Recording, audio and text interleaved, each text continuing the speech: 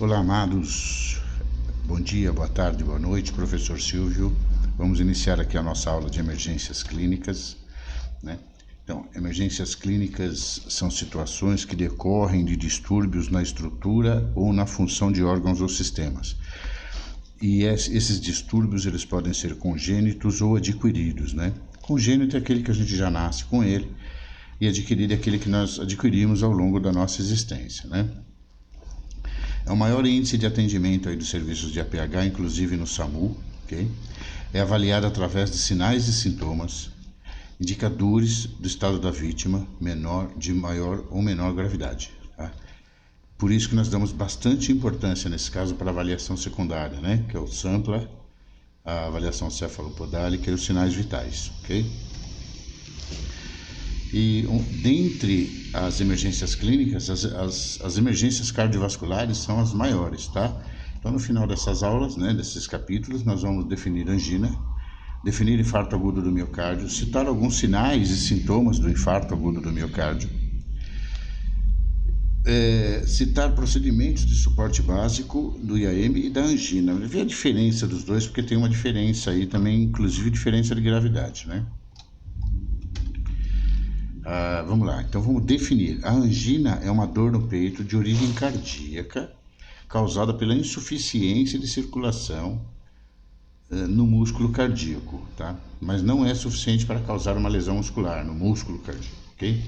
A angina é uma obstrução, nós vamos ver mais para frente numa imagem, uma obstrução da artéria coronária, mas não é uma obstrução total. É uma obstrução suficiente para levar a sofrimento e dor, mas não é uma obstrução total para levar aí a lesão do músculo do miocárdio. Já o infarto agudo do miocárdio é uma lesão completa, né? Ela priva completamente aquela área de sangue, porque entupiu completamente a artéria, levando à morte celular e à morte do músculo cardíaco, tá? Então esse é o infarto. Aí nós temos aqui as nossas artérias coronárias, né? As principais, né? Ó. Esse aqui é o ramo direito. Esse aqui é o ramo circunflexo e ali atrás o ramo esquerdo, ó, tá? Então, esses são os principais ramos das artérias coronárias, tá? No jovem, ele é isso aqui. Por isso que o jovem, quando sofre um infarto, o infarto costuma ser muito grave, até mesmo fatal, né? Porque não tem circulação colateral. No idoso, conforme nós vamos ficando mais velhos, nós vamos sofrendo microinfartos durante nossa existência, né? Então vai fazendo circulações colaterais no nosso coração. Então o coração do idoso ele é cheio de revascularização, né? Vai fazendo um monte de circulações de arterinhas adjacentes que a gente chama, né? De adventícias, né? E essas artérias acabam por, no caso de, vamos supor, no idoso, entope essa, ele faz um infarto, já tem uma outra aqui para suprir, entendeu? Então o infarto muitas vezes é fatal no idoso, tá? Mas não, nem sempre, por isso pela circulação colateral, tá bom? Olha aí, vamos ver a nossa artéria coronária, como é que funciona. Isso aqui é uma artéria, tá? Vista cortada, né? É transversalmente, e aqui a luz da artéria é dentro, por aqui por dentro, aqui corre o sangue, tá? Então nós temos as túnicas, né? Túnica adventícia, isso é anatomia, né? Então assim, essa daqui é uma artéria inocente, ó, pode ver, ela não tem nenhuma placa de ateroma, nenhuma placa de gordura colada nela, né? Aqui ao longo da vida a gente vai comendo, né, quilos e quilos de picanhas depois, quilos e quilos de gema de ovo, quilos e quilos de gordura depois, vai começando a formar essas placas aqui, ó, que são chamadas placas ateromatosas, ou placa de ateroma, ou placa de arteriosclerose, tá? E conforme vai andando, que não sente nada, sente um discreto cansaço, alguma coisa assim, né? Que tem mais ou menos aí, né? 30, né? 25, 30% da artéria comprometida. Aqui nós já temos mais ou menos aí 35 a 40% da artéria comprometida. Aqui já sente um pouco de dor, um cansaço, um aperto no peito, quando vai subir um morro, tal, fica meio cansadão, né, uma sensação de ardor no peito, né? Essa daqui já tem um grau, né? Essa daqui já, tá vendo? Já tem 70, quase 80% de área comprometida. Essa já dá uma anginazinha estável, né? Dá dorzinha no peito, mas quando você repousa, para, tal. Essa aqui não, essa aqui já dá uma angina instável, ó, quando ela não para, né, nem com dor, nem com repouso, só que ela tem períodos de duração curto, dói aí por menos de 20 minutos e passa espontaneamente ou passa com o uso, né, dos nitratos, né, que são aqueles vasodilatadores que fazem com que melhore o fluxo sanguíneo e pare aí a dor, tá? Então essa aí é a angina, esse daqui é a obstrução da angina, tá vendo? A obstrução do infarto, isso aqui faz um inflama, né? Rompe uma túnica dessa, começa a formar coágulo aqui, ó, tá? Além dessa placa de gordura, forma coágulo, e esse coágulo vai obstruindo até tampar toda a artéria coronária. E quando tampa toda, o sangue não passa por outro lado, fazendo aí o infarto agudo do miocárdio, tá bom? Matando a área adjacente, a área lá na frente. Os fatores predisponentes para o infarto são, para a angina também, né? Primeiro, tabagismo, sedentarismo, pessoa que não faz exercício físico, as dislipidemias. O que são as dislipidemias? É o colesterol, tá? O colesterol ruim, tá? O acúmulo de gordura no sangue, tá? Nas vísceras, né? Colesterol, basicamente colesterol, hipercolesterolemia que a gente chama. O estresse, os antecedentes familiares, né? Muitas vezes aí pai e mãe que tem problema cardíaco, o filho, a prole vai desenvolver. Doenças associadas como hipertensão arterial e diabetes mellitus, ok? Olha aí, vamos ver aí a mecânica do infarto, né? Olha aqui, ó, uma artéria coronária que se obstruiu. Então, essa área cardíaca aqui, ó, ela morre, simplesmente morre, ok? Sinais e sintomas são dor precordial. O que é dor precordial? É aquela dor no centro do tórax, tá? Do tipo queimação ou peso, uma dor que oprime o coração, tá? No infarto agudo do miocárdio, essa dor não cessa com o repouso. Lembra lá na angina, se você repousar, a dor acaba cedendo, né? No infarto, não cede e dura mais do que 20 minutos.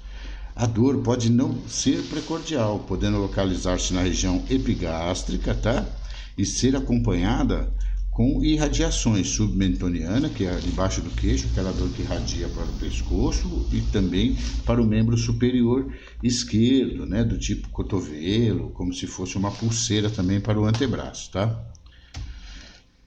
Ainda os sinais e sintomas são a palidez cutânea, náuseas e vômitos, a sudorese, né, o suor frio, sudorese fria, ansiedade, o paciente fica bastante ansioso, com sensação de morte iminente, e aquela postura dolorosa, ele quer ficar quietinho para ver se a dor passa, tá? Chama imobilidade postural, ele fica bem quietinho para ver se a dor passa, tá? Porém, a dor não passa, né? Os nossos procedimentos, né, de suporte básico é cena segura, biossegurança, né? Ver se não tem trauma associado, se tiver trauma associado, biomecânica do trauma, o XABCDE, análise secundária. Aí nós vamos manter a vítima em repouso absoluto, na posição mais confortável para ela, em geral sentado ou semissentado, que fica mais confortável para a vítima. Afrouxar as vestes, administrar oxigênios, aferir os sinais vitais. E os condutores aí prestem atenção, tá vendo? A condução cuidadosa do veículo. É quase proibido você ligar sirene transportando aí um infartado, porque se você ligar a sirene, ele vai achar que está muito grave, vai estressar mais ainda, vai aumentar seus batimentos cardíacos, né? Pelo estresse, e ele vai acabar aumentando a área do infarto, tá bom? Quanto mais calmo, mais relaxado a gente conseguir com que ele fique, melhor é o prognóstico desse doente. Ok? Terminou aí o infarto. Qualquer dúvida que vocês tiverem, tá? Pode mandar para mim via zap depois. O acidente vascular encefálico, que é um dano no tecido cerebral produzido por falha na irrigação sanguínea em razão à obstrução ou rompimento da artéria cerebral, ok? Olha aí, o nosso encéfalo, né? Vamos colocar todos eles aqui, tá? Por que chama acidente vascular encefálico agora e antigamente era chamado de acidente vascular cerebral? Porque o cérebro, ele é uma única estrutura do encéfalo. O encéfalo, ele é composto pelo cérebro, pelo tronco, pelo cerebelo e pelo bulbo, que é o centro respiratório, tá? Então, assim, o acidente vascular, ele pode acontecer em qualquer uma dessas estruturas, não só no cérebro. Por isso que mudou-se o nome para acidente vascular encefálico, que abrange toda a área encefálica e não só o cérebro, tá bom? Que é a massa cinzenta e branca, né? Nós temos outras estruturas que não o cérebro, tá? Então vamos conhecer um pouco dessas estruturas agora, olha. Então, nosso encéfalo é assim, ó. Lobo parietal, tá vendo, ó? É a nossa área sensitiva e a nossa orientação espacial. Você saber aonde você está, estar orientado no tempo e espaço, é o lobo parietal que é responsável por isso. O lobo frontal é responsável pelas emoções, função motora e expressões da fala, tá? Esse é o B, o parietal, esse pedaço aqui, ó. Tá? O C, ó, é a memória e integração da fala. Lá no Glasgow, por isso que aqui fala escala de Glasgow, tá vendo? Lá no Glasgow, olha só para você ver. Quando eu tenho uma lesão no lobo C aqui, ó, no lobo temporal, perto das têmporas, né? Logo atrás da orelha aqui, quando eu tenho aquela posição de palavras inapropriadas, né? A dislalia, eu quero falar linguiça, falo pão. Eu quero falar chão, falo árvore. Eu sei que eu estou falando errado, eu sei que eu quero dizer uma coisa e estou dizendo outra. Então é uma lesão no lobo temporal, chama dislalia. Okay? No lobo occipital é o centro da visão. Então se você não consegue ir lá na abertura ocular, né, ver uma boa abertura ocular, ou se lá na análise das pupilas, a pupila não reagiu ou reagir de modo diferente, então a lesão provavelmente é no lobo occipital. Então cada uma estrutura dessa é responsável aí por um tipo de sinal lá no Glasgow, tá? Então é legal estudar isso mais profundamente mais à frente aí, ok? Olha o que nós temos aqui, duas imagens muito interessantes, tá? A maioria, 90% do acidente vascular cerebral se dá nessa artéria aqui, ó, chamada artéria meningeia média, ó. Essa aqui e um raminho dela que sobe para cá, tá? Essa artéria meningeia média é ela que ou obstrói ou sangra. Olha quando ela sangra o que acontece aqui, tá vendo? Uma área lesada, uma área morta no cérebro, ó. Tá?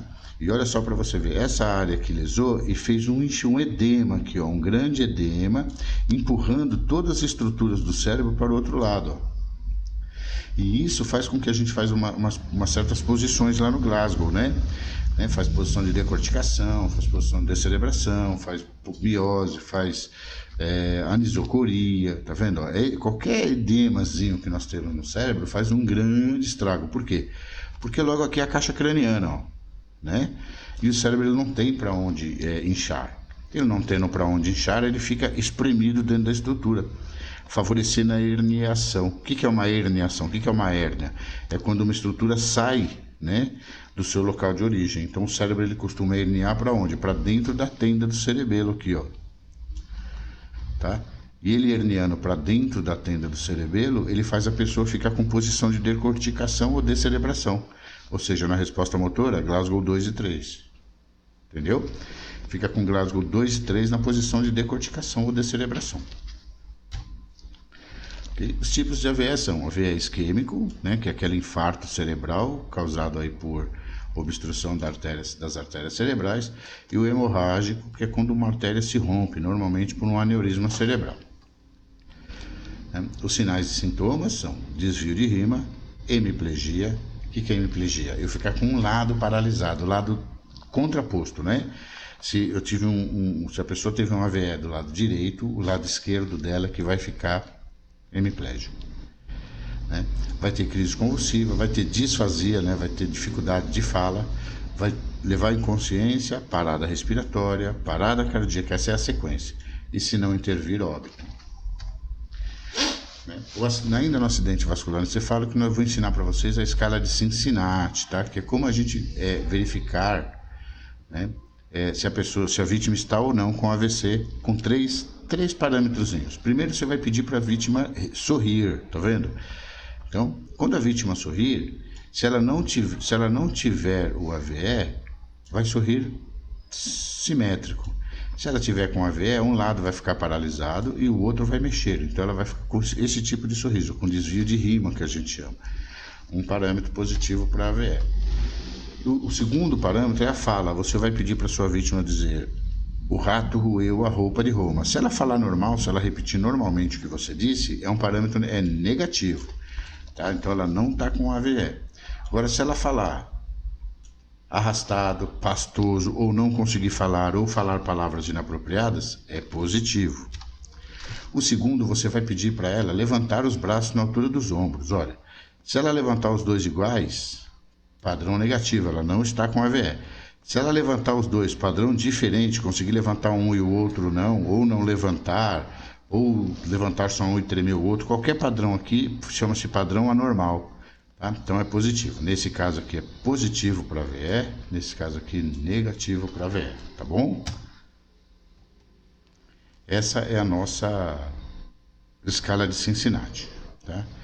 Procedimento de esporte básico, né? Cena segura, biossegurança, se tiver trauma associado, X, A, B, C, D, E, análise primária e secundária. Manter a vítima em repouso na posição de recuperação, ou seja, lateralizado. Administrar o oxigênio, tá? Sob máscara, 10 a 15 litros por minuto. Verificar sinais vitais, proteger as extremidades paralisadas, uma vez que ela não tem sentido, não tem mais o sensitivo, né? Pode machucar sem sentir. Dar suporte emocional e evitar aquelas conversas inapropriadas. Nossa, tá feio, sofreu um derrame, essas coisas que pode, mesmo com a vítima inconsciente, porque a vítima em coma, ela ainda ouve, tá bom? E transportar a vítima monitorando seus sinais vitais, ok? Nós vamos encerrando por aqui. A próxima aula, diabetes, tá bom?